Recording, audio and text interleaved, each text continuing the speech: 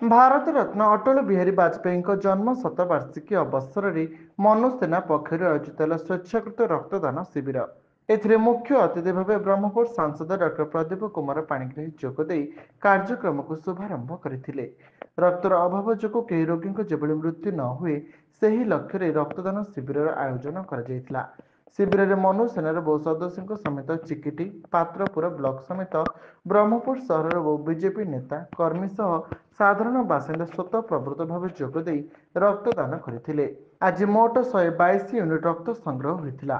चिकिटी विधायक मनोरंजन जेना सामंतराय नेतृत्व में मनोसेना कार्य करुवा बेले रक्तदान सह मेडिकल रोगी सेवा करने सह विभिन्न सामाजिक कार्यक्रम में मनोसेना सामिल होइछि। आगकू एभली सामाजिक सेवा जारी रही चिकिटी विधायक और मनोसेनार सदस्य।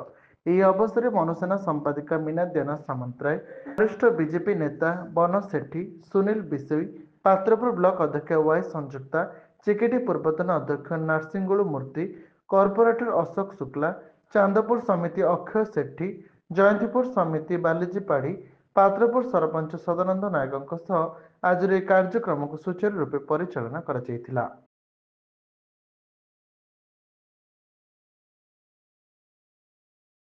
आज स्वर्गत प्रधानमंत्री भारत रत्न अटल बिहारी वाजपेयी जन्म जयंती अवसर में जहाँ आम सारा भारत सुशासन दिवस रूप आज पालन करुँ।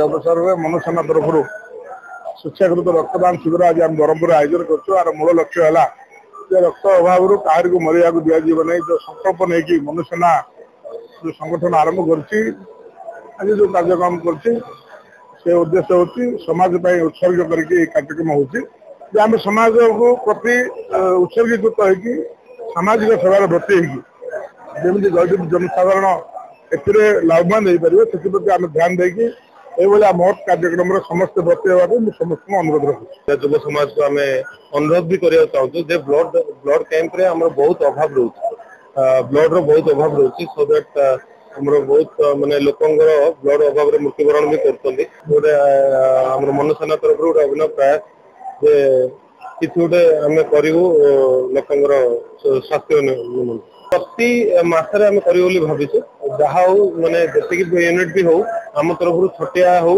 कि बड़ हो आम प्रयास करूँ हेल्प करने।